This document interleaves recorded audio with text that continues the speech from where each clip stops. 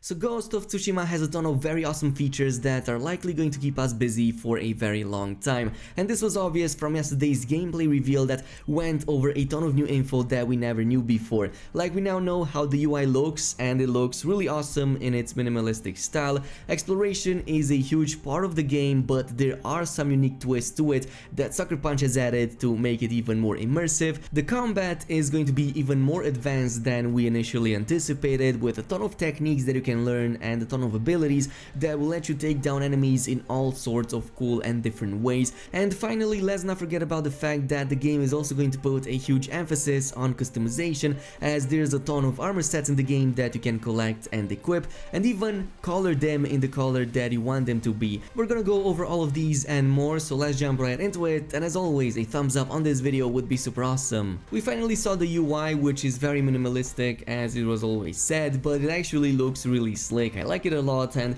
there's not too much on the screen to clutter your view, so you can see the beauty of this game, which is very beautiful, by the way. Like, there's a huge emphasis on exploration in Ghost of Tsushima, and you're definitely gonna want to take a part in it, since it's going to reward you quite a lot of items and resources. Most of them are probably gonna also be useful to a crafting system, but that hasn't yet been shown. So bringing up the map menu is going to show you quite a lot of information in there, including stuff that you have discovered, like towns, shrines, enemy outposts and whatnot. There's also undiscovered points of interest and secret areas marked with the question mark, and navigating to these points is most probably going to be done on horseback. So calling your horse in this case can be very convenient. You just press a button and it can seemingly be summoned from any range without much restriction. Anyway, we were talking about those visual cues that Sucker Punch has added to make navigation easier and more immersive, and to also reduce the time you spend in those map menus. Like, you can call a gust of wind with a simple press of a button to point you to your next destination or waypoint, which I find both very awesome as well as very fitting with the theme of this game. But there's more in there as well, like there's white smoke that indicates people in need of your help. There's also various creatures that can come to your aid to point you towards your next point of interest, like there's birds that can guide you to secret areas. You can also follow foxes to reach these shrines, and these will provide both fast travel points as well as unlocking charm slots. A few of these can be seen towards the end of yesterday's video, like one of them was able to provide health regen outside of combat, and there was also one that seemed very powerful that restored 25% of your HP when using a smoke bomb, and there's definitely a lot of them in there that you can unlock and use and change for your combat style as you please. Anyway, let's also discuss about the combat, and I want to cover that legend of the ghost or way of the ghost that we've been told about in the past, and we already know that Jin will transition into it as you progress through the game. It's not yet known if this acts like a reputation system or something that you're going to eventually be locked in as you progress through the game and complete certain activities, but we do know how each of these styles behave. So of course you can see the level of your legend in the map UI. It was shown in the beginning of the video, and here it had a really low legend, probably meaning that this was the beginning of the game. But as you progress through the game and complete certain activities, maybe even parts of the story, some of them will contribute to your way of the ghost.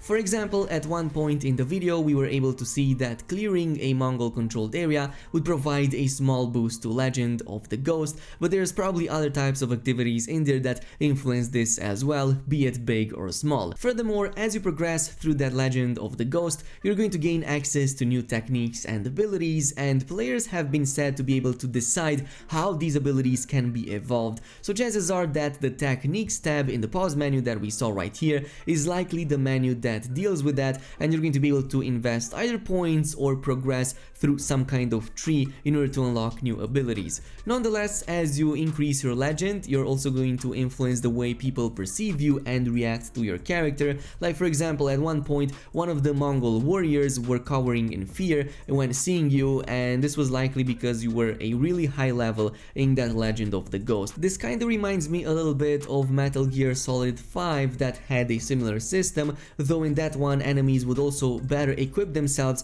for future fights and kinda adapt to your combat style as well. So I'm really curious if that's gonna be the case in here as well, though nothing seems to be indicating it. Now, as far as the combat goes, here is where the interesting part begins, should I say, even more interesting part, because we already had a few of these as well. So it seems that you're going to have these yellow orbs that appear to be your source of of energy or your source of attacks, and when you're using more powerful attacks, these will be consumed. You have access to about 4 or maybe less at the beginning of the game, but eventually you can unlock multiple of these. It's also very possible that we're gonna be able to replenish this expanded energy in a number of ways, like we saw him doing perfect parries that were very good at completely filling one single orb, and that's probably gonna be the go-to method at doing it, but also taking down enemies will refill a part of it, so like 3 or 4 by my calculations is most likely going to fully fill one of those orbs. And finally, that L1 plus R1 that seems to be consuming 3 of the orbs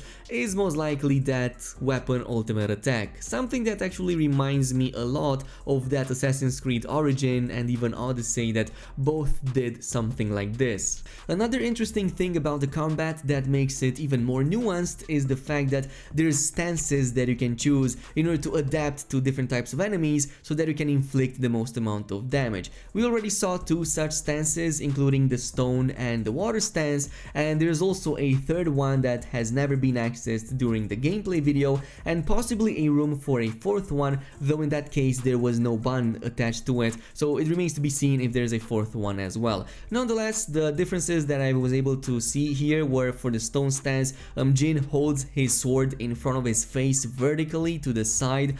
Meanwhile, the water stance, he holds his sword horizontally almost over his head, and apparently the water stance is probably gonna be better at defenses like deflecting, dodging, and kind of like being like water around your enemy, always going around the enemy and returning his attacks. Meanwhile, the stone stance might be the one that deals more damage and it's more straightforward, though it remains to be seen if that's the case. Nonetheless, in both of these stances you can parry incoming attacks, even like arrows, and deflect them, though it's not clear if you can deflect them straight back into the enemies. Of course, we also have access to the Way of the Ghost, and this seems to be something that you unlock as you progress through the game, though there doesn't appear to be anything that will prohibit you from using either the samurai style or the ghost style. It just seems that you can use both of these at any given time depending on the situation. So nonetheless, you will get more of these ghost techniques as you lean into the legend, and these will be available to you probably in that technique sections I was talking about. So you're still going to have access to the same stances as the other one, still the same items and weapons,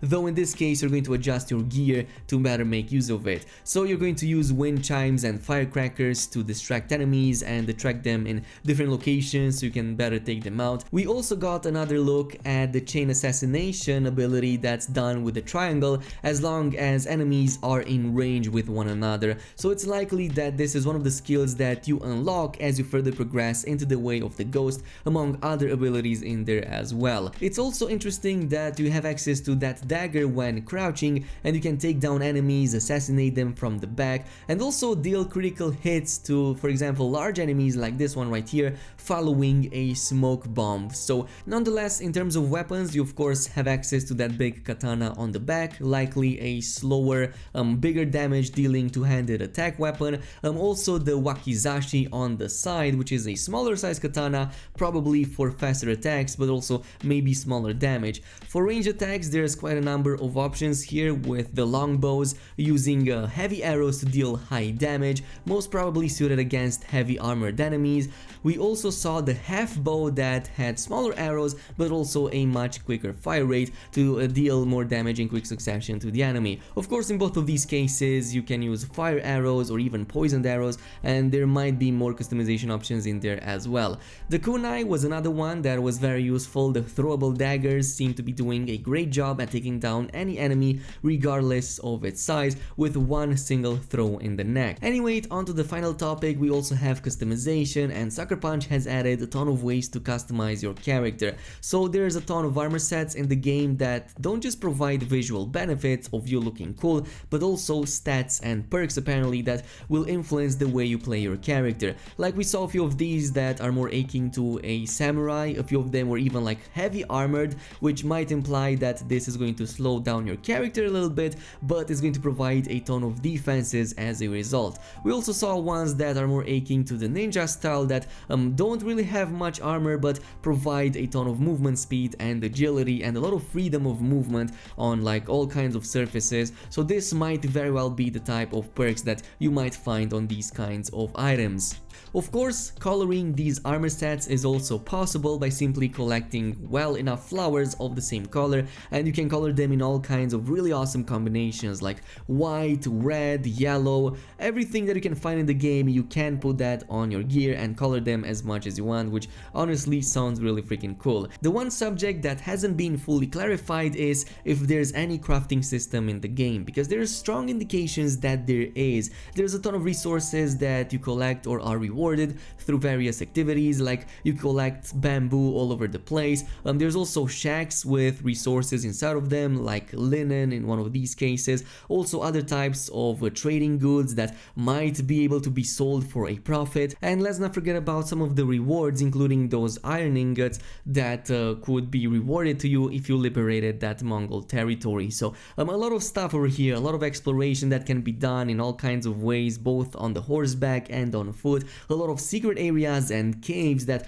might provide some really awesome stuff. So this is going to be a game that we are going to spend a ton of time into. I'm definitely going to cover a lot of it in this video, in pretty much everything when it comes to guides. So yeah, this is it with the analysis. Now let me know down below what was your impression of the gameplay. As always, if you enjoyed this video, also don't forget to leave a like on it and also subscribe, and I'm gonna see you guys in the next one.